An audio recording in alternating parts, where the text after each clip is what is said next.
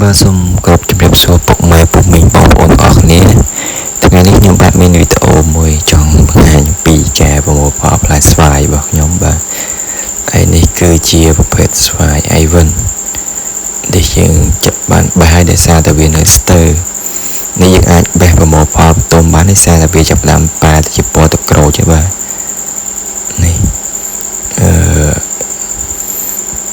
បាទនេះយើងចង់លើឲ្យបាទវាចាប់ផ្ដើមគេថាទុំដើមបាទគឺពូជស្វាយអៃវិនគឺនៅពេលដែលវាទុំដើមគឺវាប្រែទៅជាពណ៌ទឹកក្រូចបាទក្រហមស្អាតហើយនៅពេលដែលយើងបេះបន្ទុំក៏វាពេលទុំក៏វាប្រែទៅជាពណ៌ទឹកក្រូចដែរបាទនេះសិតតែទុំដើមហើយបាទគ្រាន់តែយើងអត់បានបេះបន្ទុំយ៉ាងទៅវាទុំដើមហើយសម្រាប់រសជាតិវិញគឺផ្អែមឆ្ងាញ់ហើយសាច់វាគឺហាប់ណែនល្អបាទនេះទុំដើមហើយនេះស្ទើរអត់ទាន់ដល់ពេលទុំទេបាទនេះគឺនៅបាទយើងអត់ទាន់ដល់ពេលប្រមូលផលទេវានៅយើងស្ទើរនៅខៀវច្រើនហើយនេះគឺប្រភេទស្វាយប្រម៉ោយតម្រៃបាទនេះវារៀងទៅវែងហើយនេះគឺប្រហែលជាមិនទាន់ដាក់លាទេឬក៏យ៉ាងម៉េចព្រោះខ្ញុំមិនទាន់ហ៊ានពុះមើលប៉ុន្តែបើនេះ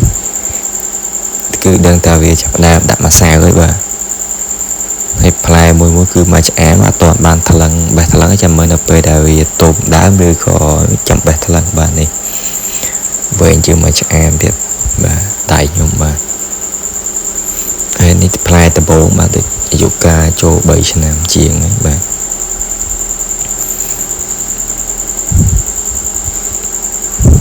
នេះគឺវាចាប់ផ្ដើមប្រែពណ៌ទៅជាពណ៌ស្វាយហើយអញ្ចឹងនៅពេលវាចាប់ផ្ដើមប្រែទៅជាពណ៌ទឹកក្រូចនេះបើតាមស្មានខ្ញុំធ្លាប់មើលក្នុងវីដេអូគឺអាចនឹងទៅជាពណ៌ទឹកក្រូចគឺចាប់ផ្ដើមទុំដូចស្វាយអៃវិនអញ្ចឹងបាទវែងមកឆ្អែមតតផុតហ្មងបាទហើយគីឡូខ្ញុំជឿថាអាច1គីឡូជាងបាទបាត់ខំ1គីឡូហើយព្រោះទម្ងន់ហើយនេះគឺប៉មអូស្ត្រាលីបាទនៅខៀវមកក្តាប់ដៃណែនល្អបាទធំនេះវាយើងចង់ហូបស្វាយសាគៀលហើយយើងអាចបេះទៅហូបបានបាទនេះអាចបេះបន្ទុំបានបាទនេះបាទឡើងពណ៌ចេះហើយបាទ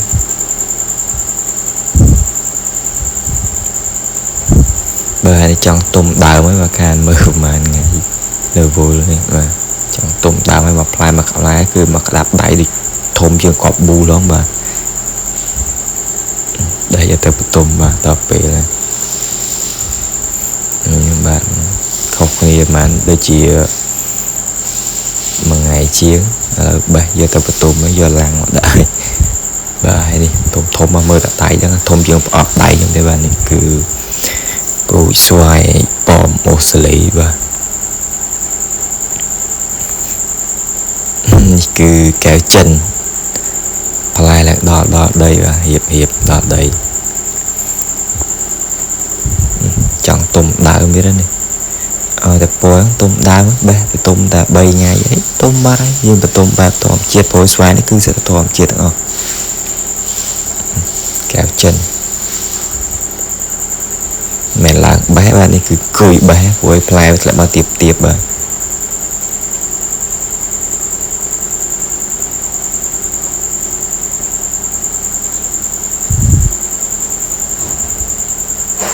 ចង់ទុំដើមរវល់អត់បានទេឥឡូវដល់ពេលតែបេះទុំដើមឡើងក្រហមងាំងបាទ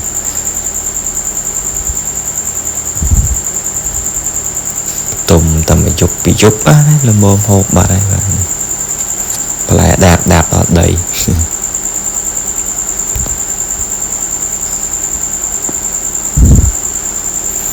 នេះមានទុំ cluster កាលទុំដើមទៀតបាទក្រហមងាំង